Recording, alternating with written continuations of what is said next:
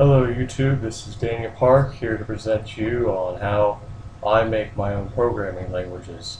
Now, as you've probably seen in other videos of mine, I've made several artificial intelligence systems.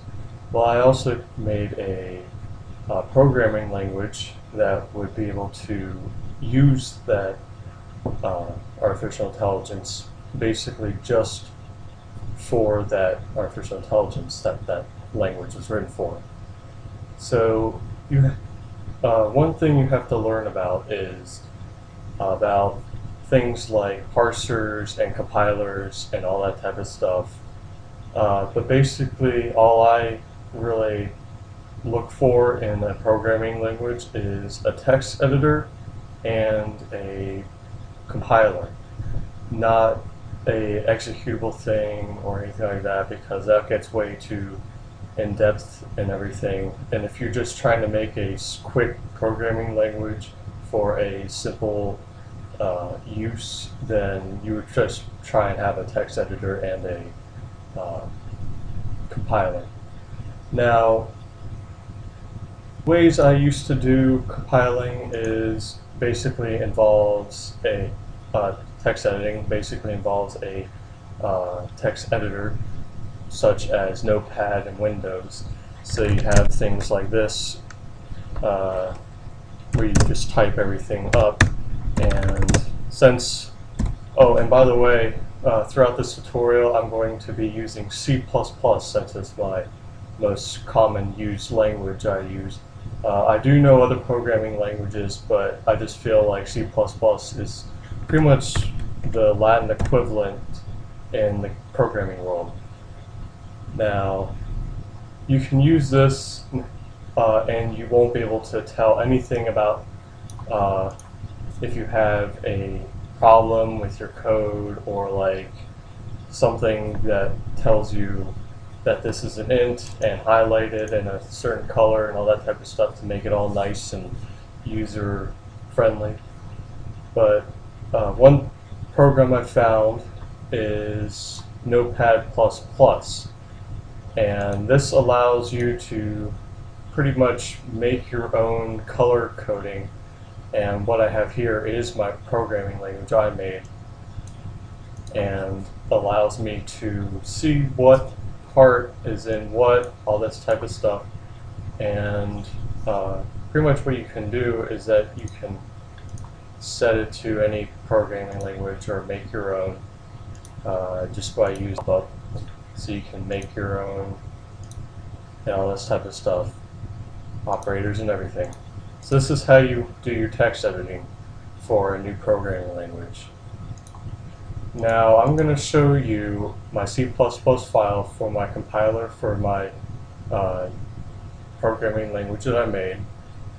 And basically all this does is that it reads any document I tell it to read, and it will look for these certain symbols, and every time it goes through a while loop, it's going to see if the character it picks up is the character I designated as my programming language, and then it produces the outcome I want. But all this has to be in C++, all the functions and everything.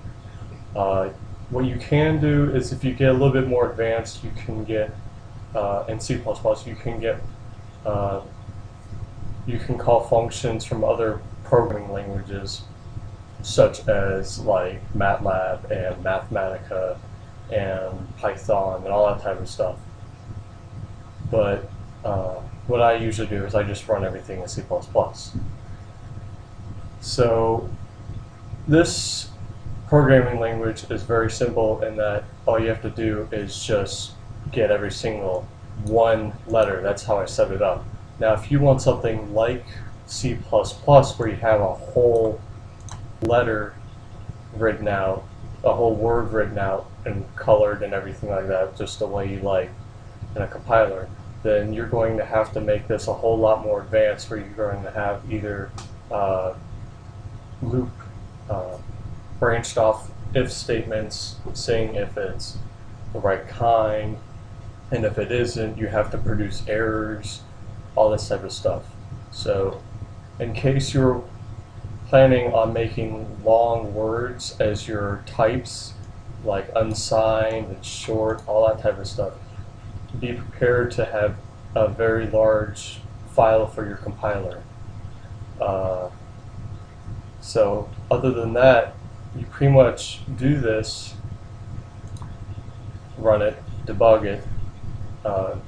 You can also make this an executable file once you have your everything all set up, but I still have mine in prototyping mode.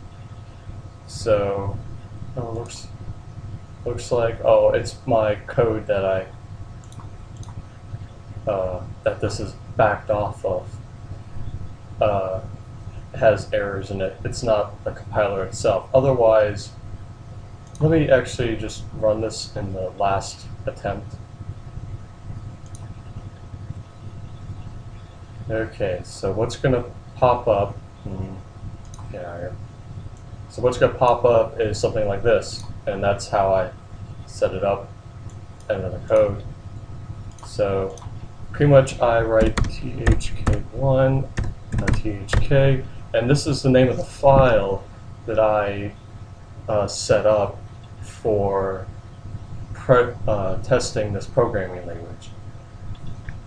So basically, it'll run through all that type of stuff, and pretty much what it did was do all the code I wanted to, but the code says not to do specific things. I'll run it again so that you can get a look at that it actually did something with another code that I made. So